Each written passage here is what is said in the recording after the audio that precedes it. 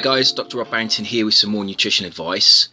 I wanted to do a follow-up video on multivitamins and multi-mineral tablets. I know I've covered this before, and I have covered it briefly through many different videos, and I have done a specific video on it, and you can look at the older video I've done of that. But I wanted to really update because you know, some people are new to this channel. And they will look at the more recent videos first, and some people are new to my blog as well. So I wanted to really update that video because it's something that I feel is very important. Now, many people try to argue that you don't need a multivitamin and mineral tablet. Many people who eat a high quality diet claim that you can get all of the nutrients from your food if you eat a very balanced diet. And I would say that's true to a certain extent, but there are a number of reasons why I think everybody should take a multivitamin and mineral tablet, and I will briefly go through those reasons in this video. First of all, we really need to split the vitamins from the minerals. Vitamins are organic compounds, minerals are inorganic compounds, and so they form two distinct categories in nutrition. I want to deal first with the vitamins, reasons why you need to take, I think, a multivitamin tablet, or have vitamins in a multivitamin and mineral tablet. When you buy food, it's very difficult to know what vitamins are in that food. You can use a food table to see what should be in there, a food table is really an average of different samples from that type of food. But those tables can firstly be out of date. They can be inaccurate. It's been shown that food tables are quite inaccurate sometimes, and so it's very difficult without a chemical analysis to know what vitamins you've actually got in your food. And the problem is that as soon as the plant is killed, as soon as the plant is harvested, the plant's obviously going to stop producing the vitamins. The plants generally produce vitamins as chemicals that they need for either metabolic reactions or as secondary metabolites in order for them to be able to have their cellular function. The same as we have our cellular function, they need to produce substances as well. And many of the substances they produce are vitamins in animals. Obviously, when the plant dies, when it's harvested, though the enzymes in the cells cease to function, and therefore the amount of vitamins that is in the plant food is at its maximum. Now, vitamins being organic will degrade over time, and the length of time between harvesting the plant and eating it will cause there to be a loss of some of the vitamins. Now, some vitamins are more stable than others, and so you know, it depends on the vitamin that you're looking at, but generally over time vitamins will degrade because they're organic, and all organic molecules will degrade over time. So it's very difficult without a chemical analysis to know how long it was since your food was harvested. It's also very difficult to know how it's been stored, because the temperature of storage, the way it's stored, the moisture in storage is also going to affect the vitamin content. There's going to be degradation of vitamins at certainly higher degradation at higher heat levels. And so it's very difficult to understand how many vitamins there are in the plant. And that's assuming that you know how many vitamins there were in the plant when it was harvested. There's no way of telling how many vitamins are in a particular plant.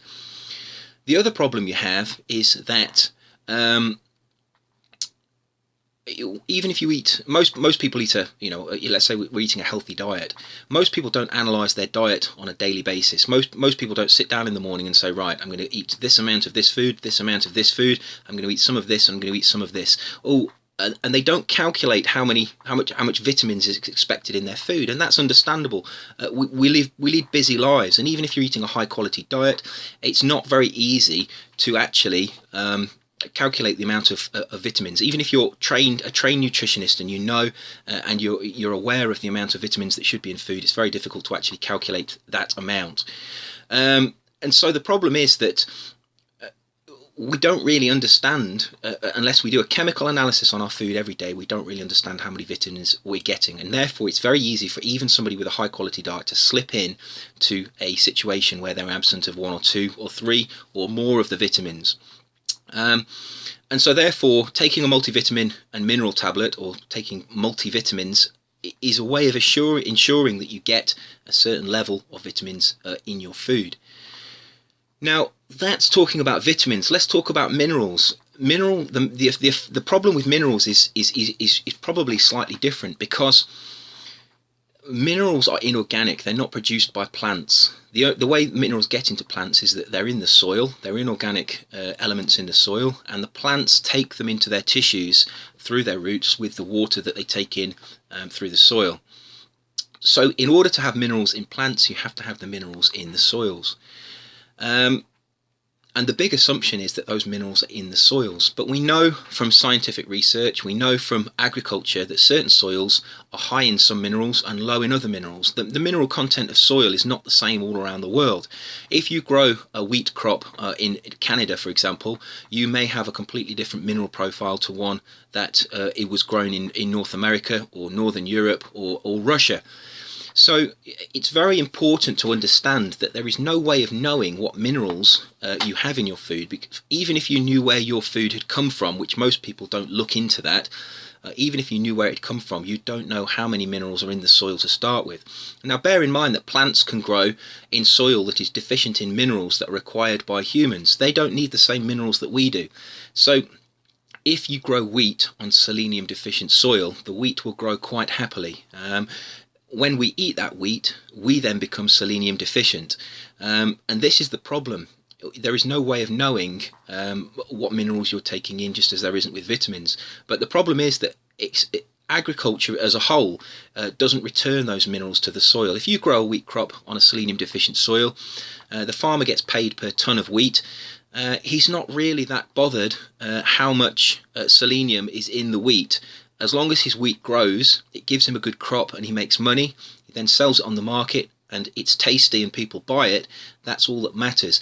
There is no onus on him to check the selenium content of his wheat before he sells it, and the people eating that wheat, they do not check as well. So there's no way of knowing. Now if these soils are becoming more deficient because the minerals, we're constantly growing crops on them and therefore the minerals are being pulled out into the plants, if the minerals aren't returned to the soils become gradually more mineral deficient. And this is what we tend to find in those big agricultural bands of land.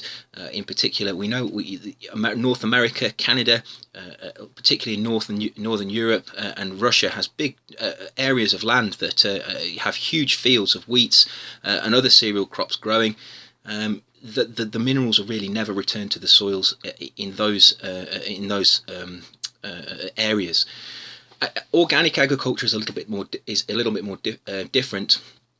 Organic agriculture, they do tend to try and manage the soil in a more sustainable way, and they do try to return minerals to the soil. So you've got more chance of getting higher mineral content in your food if you eat organic than if you eat conventionally grown crops. But this is the problem, you see. We really don't know what vitamins and what minerals are in our foods. Even if they're high, even if the diet is of high quality, it's very difficult to tell.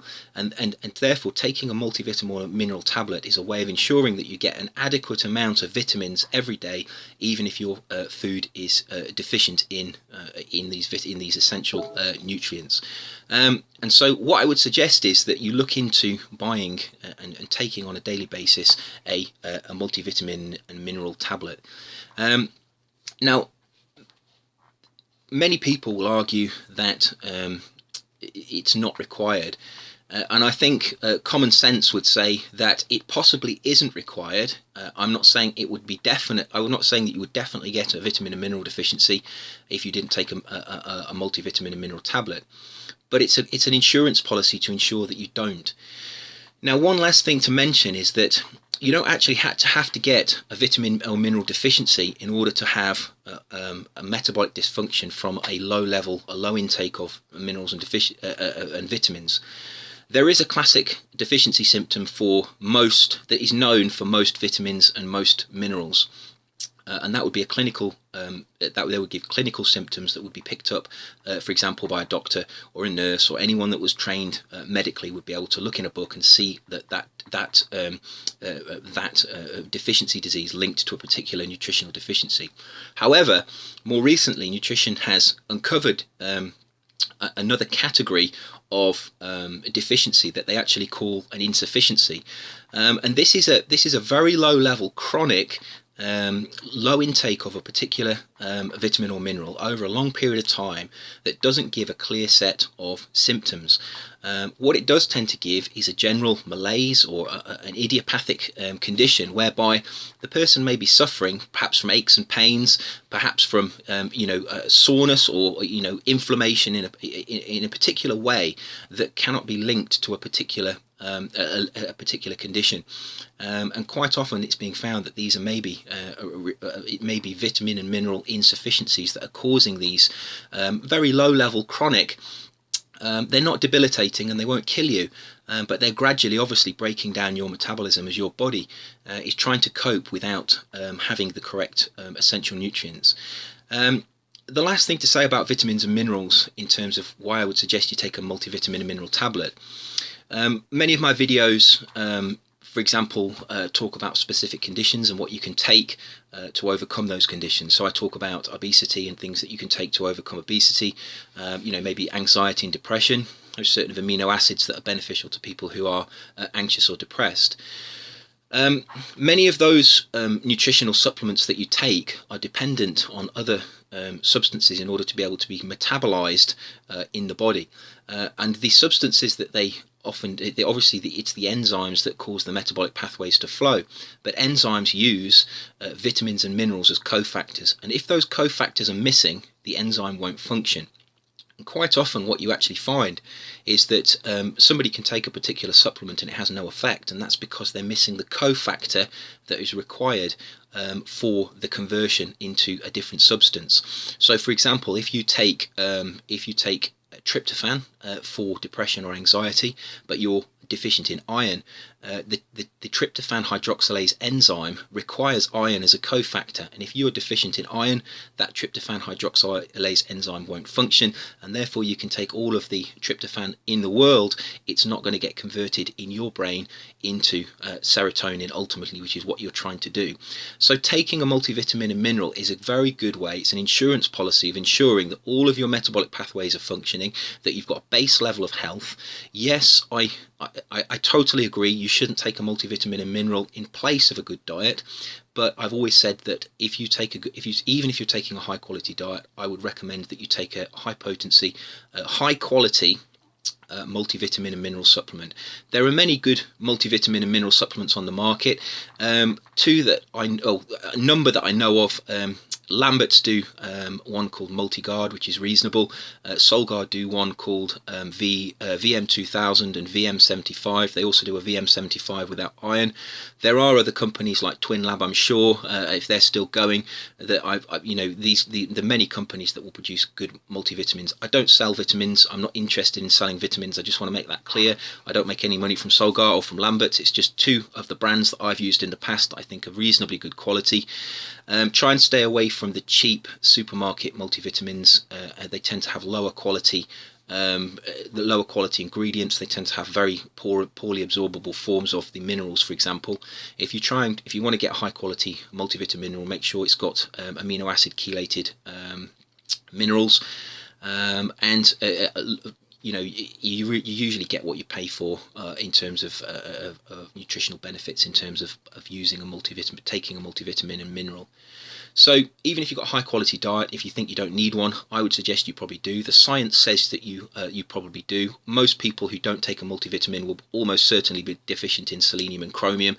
Those two pop up time and time again. Men will often be deficient in zinc if they're not taking a multivitamin and mineral, and women are pretty often guaranteed to be very low in iron if they're not taking a multivitamin and mineral. So there are some 4 minerals off the top of my head that science has shown time and time again that people, even eating high quality diets, can have reasonably low levels of, and this is simply because those minerals are not present in the soils that our crops are grown on.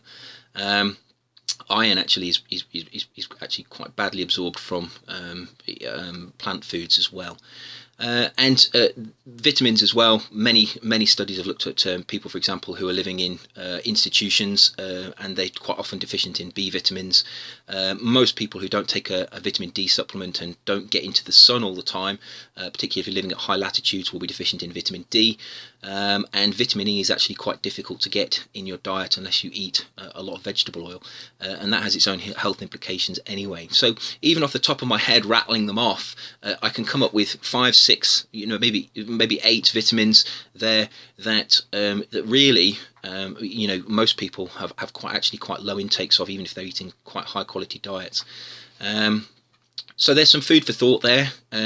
If you're not taking a multivitamin and mineral, if you feel it would, if you've watched other videos where people have said, oh, you don't need a multivitamin, you get all the minerals you need in your food.